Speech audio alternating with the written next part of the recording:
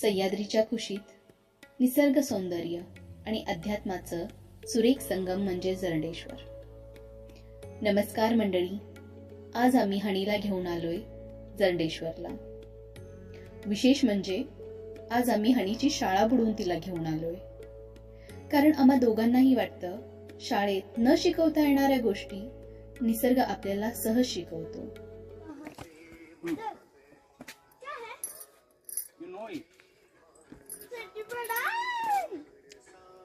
What is it? Centipeda. Centipeda. चलो.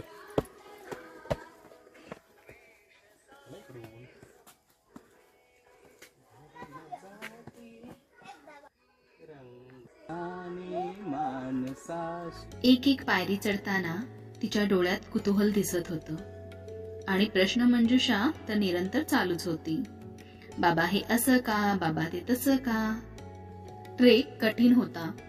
माझे पाय थकले होते, पण हणी आणि तिचे बाबा थांबायला तयार नव्हते. जणू ते दोघे डोंगराशी स्पर्धा करत होते.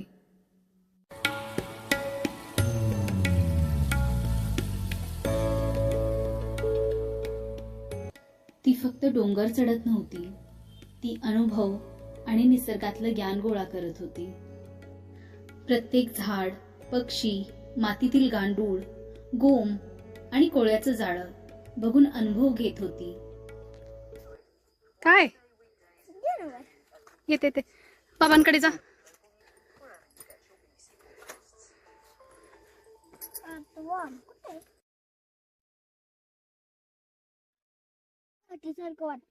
पुढे